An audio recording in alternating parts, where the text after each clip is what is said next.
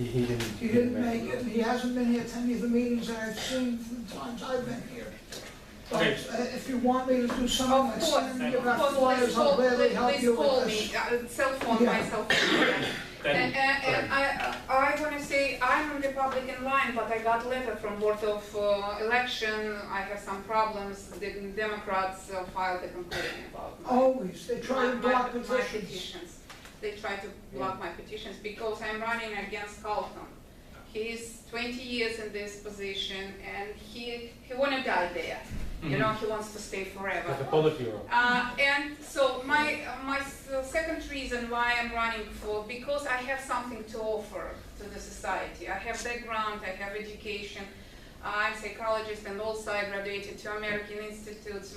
One is Republican and other is Democratic for political strategy and analytic job. And I was a manager for 15 campaigns in Russia. I was really successful and I made a good, strong team, and I know how it works, how to organize and how to fight, and I want to, by my example, give hope and give, you know, some energy, to bring energy and make this profession, this opportunity to be, you know, to give people hope, because people hopeless. They doesn't trust anyone. They feel like corruption forever. I still romantic, you know, and I believe in the great America, still great. We can bring little something back, and we must do this. Iron Man once said, if you're willing to fight for the future, you're already living in it. Okay, so, I want to ask one. Yeah, Judy, yes. First of all, to the candidates, did you reach out to the reform line? Yes. And what happened with that? What happened was, apparently there was no people in our district, and they filed something on my behalf. I didn't file a letter that says that I accept, because they never told us about that they were filing something. Yeah, that was, And they not, you know. I got letter yesterday. I was cut from the reform line. So Okay. they filed, I think what the Even I Reform never- Party did, they filed never for did each file. candidate yeah, automatically.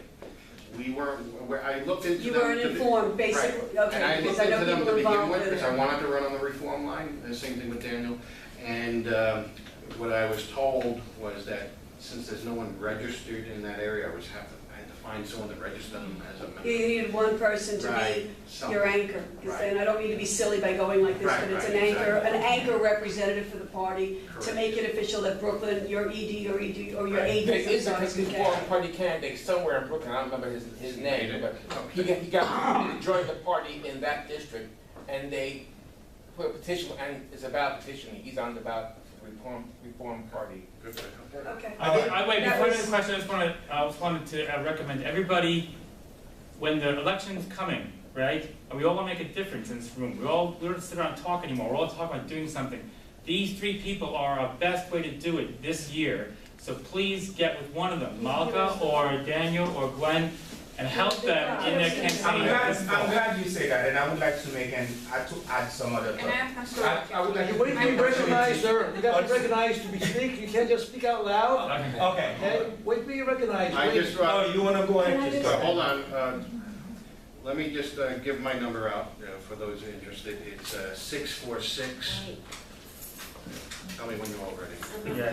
This is, Because this way you can also call me if you didn't get any emails or anything like that in regards to when the Brooklyn Tea Party meeting is going to be. Feel free to call me anytime, so when there's a meeting or anything like that. My number, tell me when you're all ready. Ready? Yeah, go ahead. Good. Ready?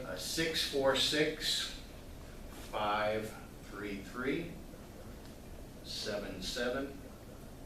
Okay, please feel free to call me anytime regarding Okay. Brooklyn Tea Party or helping me out in my Daniel, you election. give your number, please? Yeah, I have a special number just for the campaign, because I didn't want to get phone calls at 3 o'clock in the morning. Yeah. good. Give me a second and I'll retrieve that number, because I don't have it memorized. Okay, Malka, okay, I'll read Malka's number out. That's all my contact information on this, my But- home address, my email, and my cell phone. Okay. You can call me 24/7. Yeah. My number is 646 Even talk to me. 655 646-655. 0771. You the moderator, right? Right, Sure. can you wait? Okay, Alton, you may go. Okay. Thank Yeah. you. Yeah, thank you. The question I want to ask is for your candidates, you know, the city council is like the commissar, the Politburo, they're all commies over there, socialists. Right? Now, in the state assembly, is it the same thing? I mean, what are you up against? You guys are obviously not the first ones who wants to buck the system. And who are your challengers?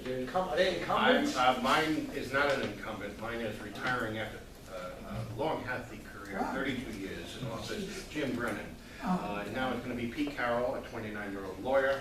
There's a primary that will be happening, I believe, within the Democrats.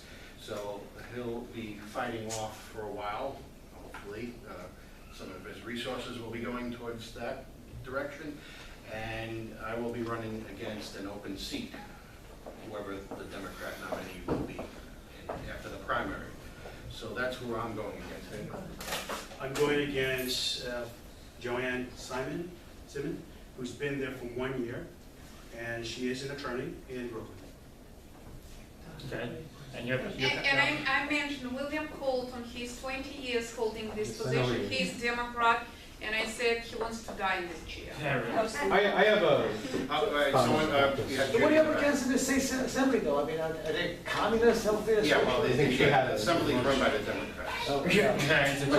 I'm sorry, Rafe? Yeah, right. I would like to take the opportunity to congratulate you to choose to run as a Republican in the Northeast, which is very difficult. But I'm not running myself, but I have something that I'm putting in place because I think it's necessary. I spoke with some of the leaders of the party here in Brooklyn. They were suggesting me to run. I'm new to politics.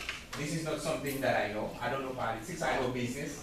I build an organization, an international organization. I live cross-continent. I live cross-state. I do understand that particularly because I know the change has to be local, firstly, and I choose, and when you say that you're not gonna win, No, I didn't say I'm not going to win. I said I may not win, but we need to make sure that we show face that we are ready to run. One thing that I would like to say finally, I'm here, and as you said, everybody gets to get involved. I think that it's necessary that you as candidate, we put a network, because the reason that we are not running, in particular in Brooklyn local state, is because we don't know the environment. The environment are for us. And then the Democrat, like myself, I could be like a Democrat just by birth. So Democratic Party, they take the space for granted. So we have an opportunity. And Donald Trump got me into politics. That's the reason I got involved. I think it's more than every time to be. Okay. Remember to vote for the Tea Party slate.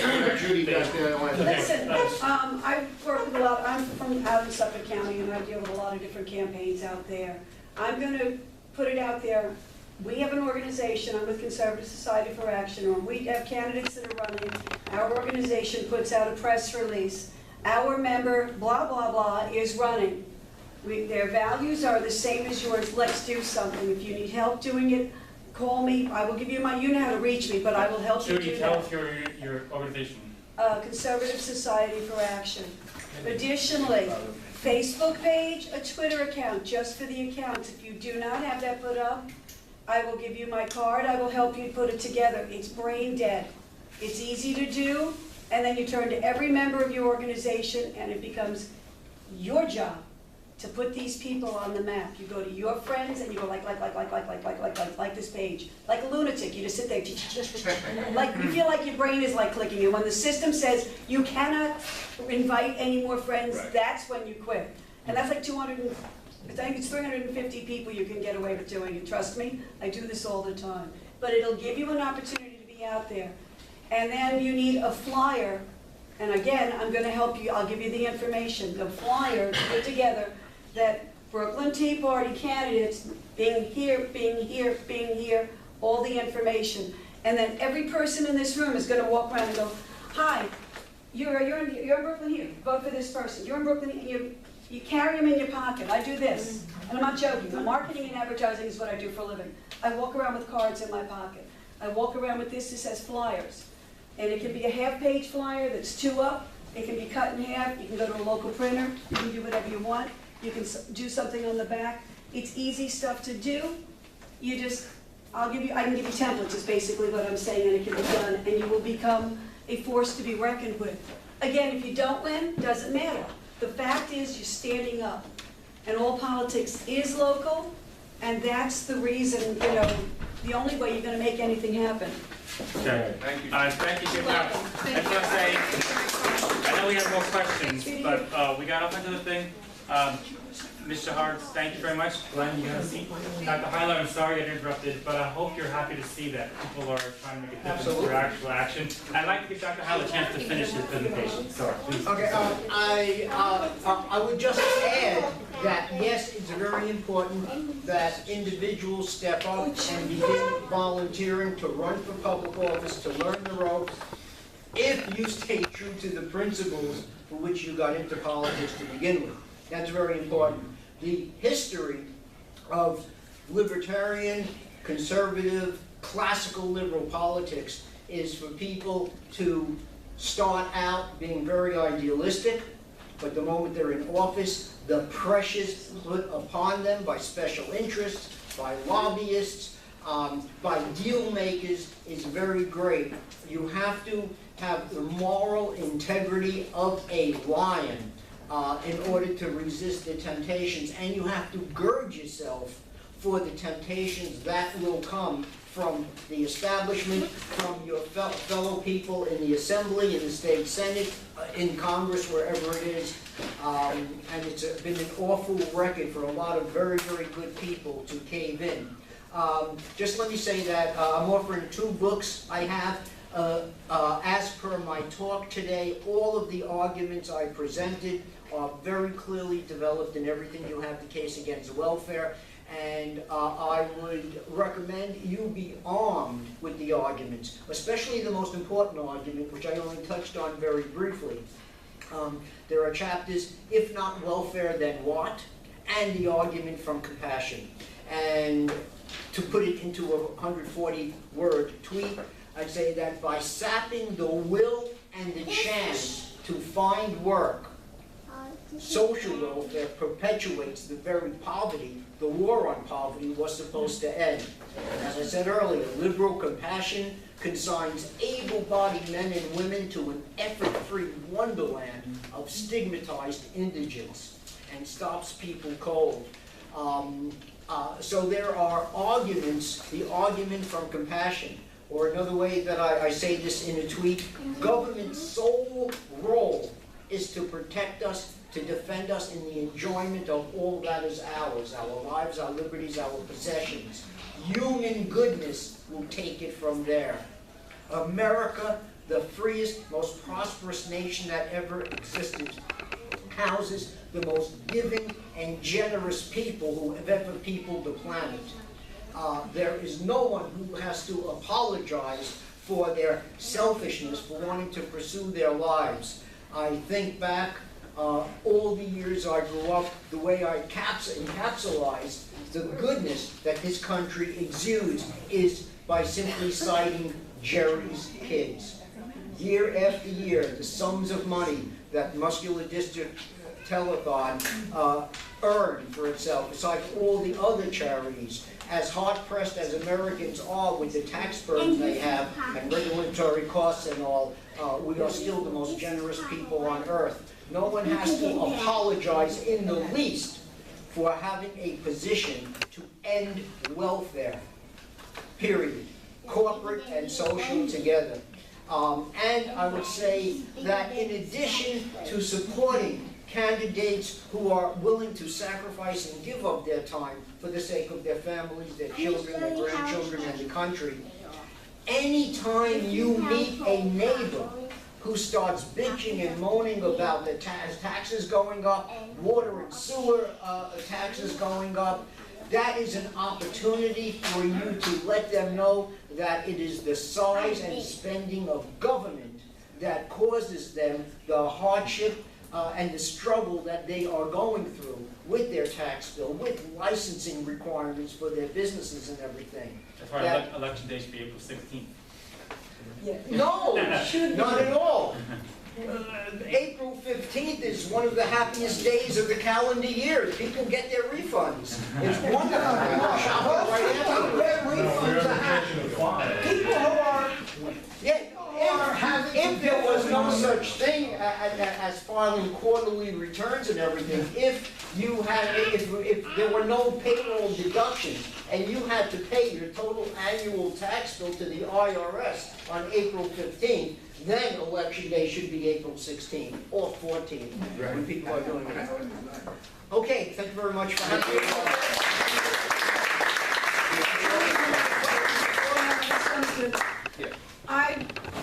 First of all, I apologize for getting in here as late as I did. I'm Judy Pepinella. I'm technically, nobody throw anything at me, the Tea Party Patriots State Coordinator for New York State.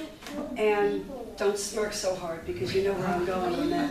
I'm out here for a specific reason. It's twofold, and you had made a remark before about the fact of the need for unity or the fact that things are falling apart and people have lost interest. In 2009 is when everybody said, oh my God, what in the hell is going on? I have been watching, and this is something that you all need to understand. I've been going to a lot of different local Tea Party groups.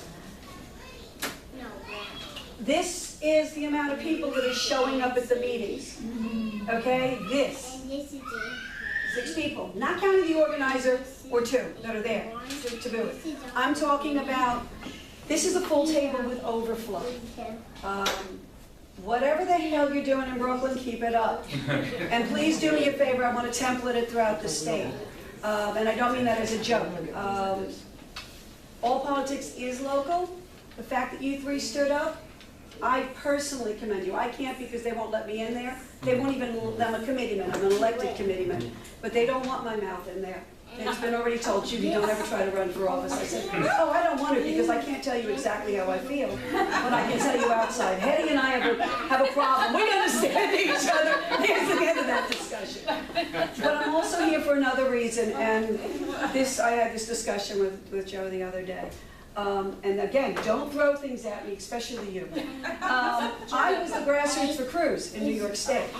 So I put it on Facebook, and you've seen, people know what I put out there. I said, once we have a candidate, once we have a nominee, I don't care if you want to vote for that sticker or that yellow bag. Run, scream on the top of a building, promote that bag. But once we have a candidate, if we don't stand united, we're going to be dead. That's why I'm doing this. I want people to understand the grassroots for Cruz is standing up for the fact of our candidate because it has to be done, and our candidate is Trump. Therefore, we have to do this. We have to unite and get it over. We have to get rid of the butcher bitch. You're not even close to where I want to go, and I have a little voice behind me, and I'm biting my tongue. Endorse Trump sooner or later. I mean, You're talking to a person. I went and worked for Cruz up in New Hampshire. I was a Cruz person. Let me put it this way with endorsements, okay? There are some people that are never going to say endorsements. I know this because I work with people, and I've been involved in politics since the 70s. So it's kind of nauseating. I thought I had more freckles, but I think I've been involved in politics longer or more than I have freckles. So the point that I'm making is endorse. The word endorse doesn't do anything. The fact, as a person, I know Cruz personally. Let me finish. Hold on. I know my question. I'm going to answer your question. I'm going to answer your question. Vote for Trump. I'm going to answer your question. We, the Cruz people, the grassroots, the people that were working with the campaign, the day after I was working with the guys in Houston, I was connected with up in New Hampshire. I understand that, but what I'm saying is the people that were involved on the day of the nomination, the mandate before the nomination, when he stepped down, when he stepped down, all offices closed down. When the nomination happened, the statement that was made that came out from Cruz through the people that I know that are involved in Houston was very simple. If you don't do what is right for this nation, don't cry, because we're going to be worse than Argentina. Not everybody likes the statement to use the word endorse. To me, when I heard him say, vote your conscience, I don't mean to be rude to anyone in this room, But if your conscience doesn't tell you, you don't vote for Hillary, you're dumber than a bag of rocks. Gingrich explained that when he got up. Well, I don't care about Gingrich, and I don't care about all the others. No, but my point is, this is what I got from when I spoke with him, and I'm not meaning that rudely to you, I'm meaning, it doesn't, my opinion is coming